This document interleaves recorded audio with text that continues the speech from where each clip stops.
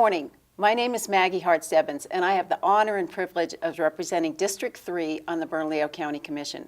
One of the most amazing, diverse, inclusive, exciting parts of my district is the International District, which is in the heart of Albuquerque. Today, I'm really pleased and privileged to have one of our Bernalillo County employees, Enrique Cardiel, who's an urban extension specialist who works in the International District. So I want to welcome you this morning, say how glad I am to have you here. And I want you to talk a little bit about what you do in the International District. Thank you, Commissioner. It's a pleasure to be here.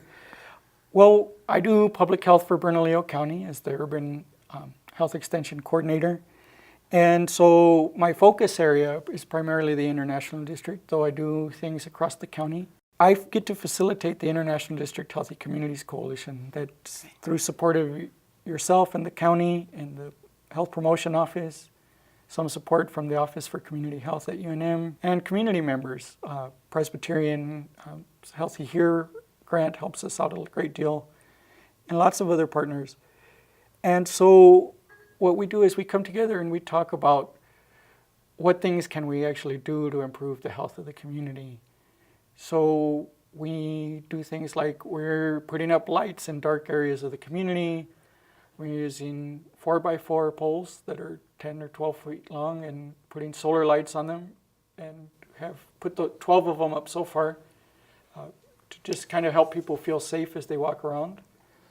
We're a great networking space, so we've connected community schools with Encuentro for ESL, the law school for support for small businesses. We received some money from McCune, so we're looking at transforming part of East Central Ministries' physical space into a workshop. There's already woodworking tools there, and we're looking at, does it make sense to keep it focused only on woodworking, and how do we do other things with that? We're looking at how do we take an empty lot and go beyond community garden, go into actual urban agriculture. Can we do something that actually creates jobs and provides some food for folks in the area?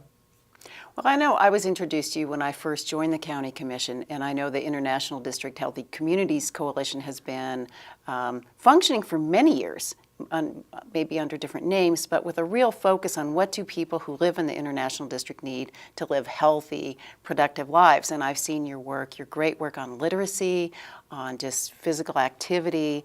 You know, again, you talked about some of the components, safety, and helping people feel like a sense of place there.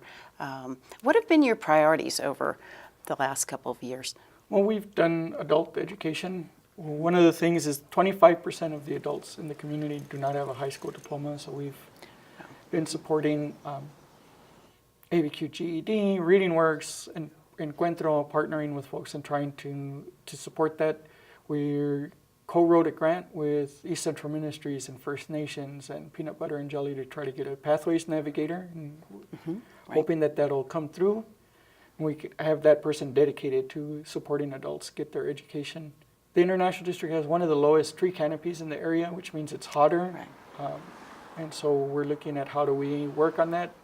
We know there's a large part of the community that's homeless, doesn't have a regular address, so we're looking at how do we make trees and landscaping edible so that folks who are having a hard time have opportunities, so kids grow up and learn how they can walk by and know what to eat, what they can't eat. I think that's something we lose in urban areas a lot. We really try to listen to folks that do not normally get heard, right? Homeless folks, people reintegrating from different systems and outside of the community, and try to help that voice get translated to the county, to the university, to the city. And I really appreciate the work you do to reach out to people who are not ordinarily involved in government processes. And, you know, there are a lot of factors that go into that, and I think you recognize that. Who are the members of your coalition? So the members of the coalition there's some residents. We meet during the day, so that kind of excludes some folks, and we're aware of that. But also lots of partners. We have the UNM clinics, First Nations, Molina, some of the schools, La Mesa, Van Buren, Peanut Butter and Jelly, East Central Ministries, Endorphin Power Company. And some of those folks are folks that live in the community and also work in the community.